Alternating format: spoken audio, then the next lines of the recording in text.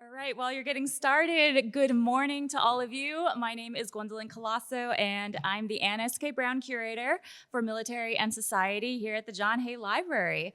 So welcome to Brown University on the lands that are within the ancestral homelands of the Narragansett Indian tribe.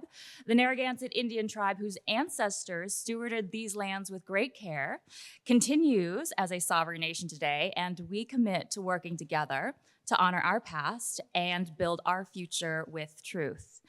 And I think that land acknowledgement makes an apt springboard into another, sometimes overlooked facet of this nation's history, though certainly not to those in this room: American-Islamic Exchanges in the long 19th century, which was organized in conjunction with the exhibit in the main gallery downstairs called Fashioning Insurrection: From Imperial Resistance to American Orientalisms.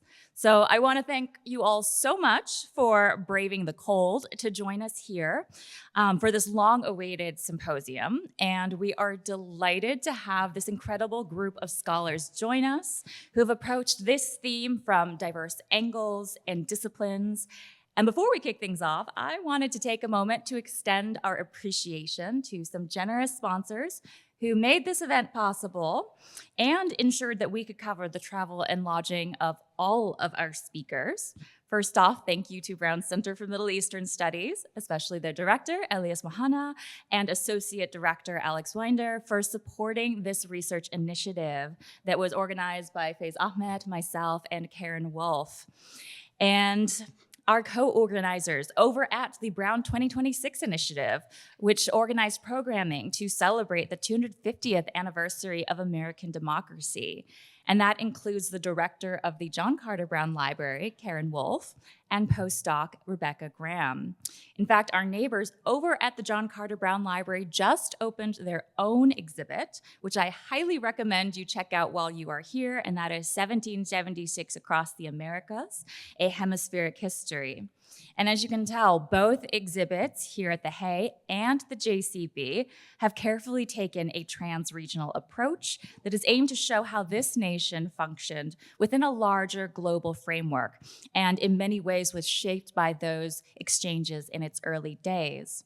And since the time the Hayes exhibit has opened since this fall, we have benefited from the warm collaboration of our third sponsor, Brown's History Department, whose faculty have brought their classes and students into these spaces and have even lent their expertise with their talks and their guidance in planning. In particular, those are the efforts of my co-organizer for this symposium, Faiz Ahmed. And finally, I owe my gratitude to the staff of the John Hay Library and CMES, who worked together to ensure all the details of this event came seamlessly together.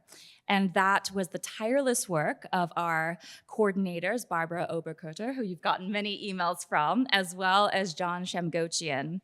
And of course, none of this would be possible without the enthusiastic support of our Hay director, Jennifer Betts, and our library director, Joe Mizell, who ensured that this event could move forward amid a full roster of classes, security changes this semester, and even multiple blizzards.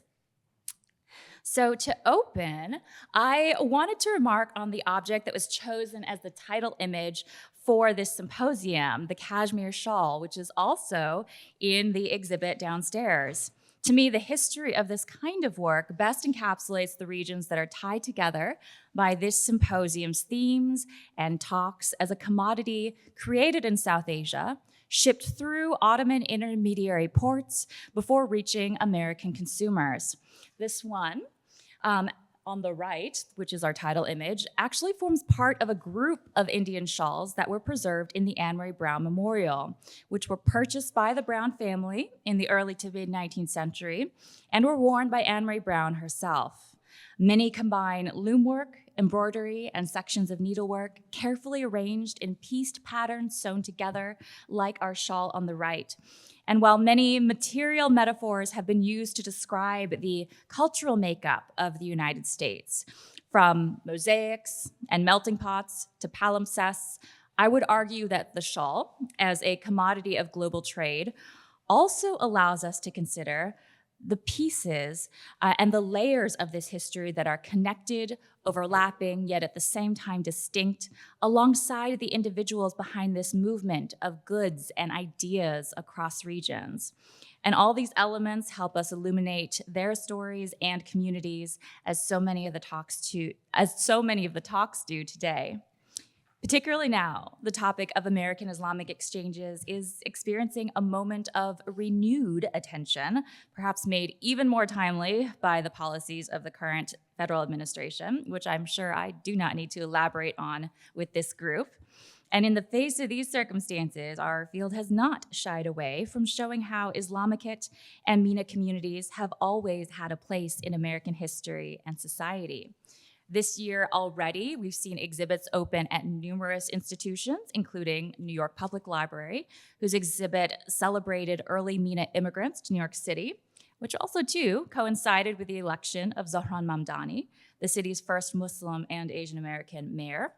Nearer to us, we have a multi-site exhibit on Arab Massachusetts, building community in the Commonwealth, that was co-organized by the Arab American National Museum and Boston's Little Syria Project, in addition to our own contribution here at the Hay of fashioning insurrection from imperial resistance to American Orientalisms.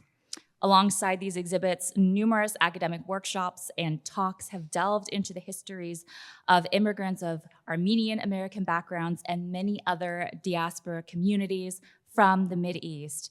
And these exhibits and programming have built upon the research of scholars who have developed this area of study over the past decades, some of whom are in this room. And we hope that new contributions from this symposium and beyond continue to grow that interest in academia and among the general public as this topic becomes increasingly relevant in this country today.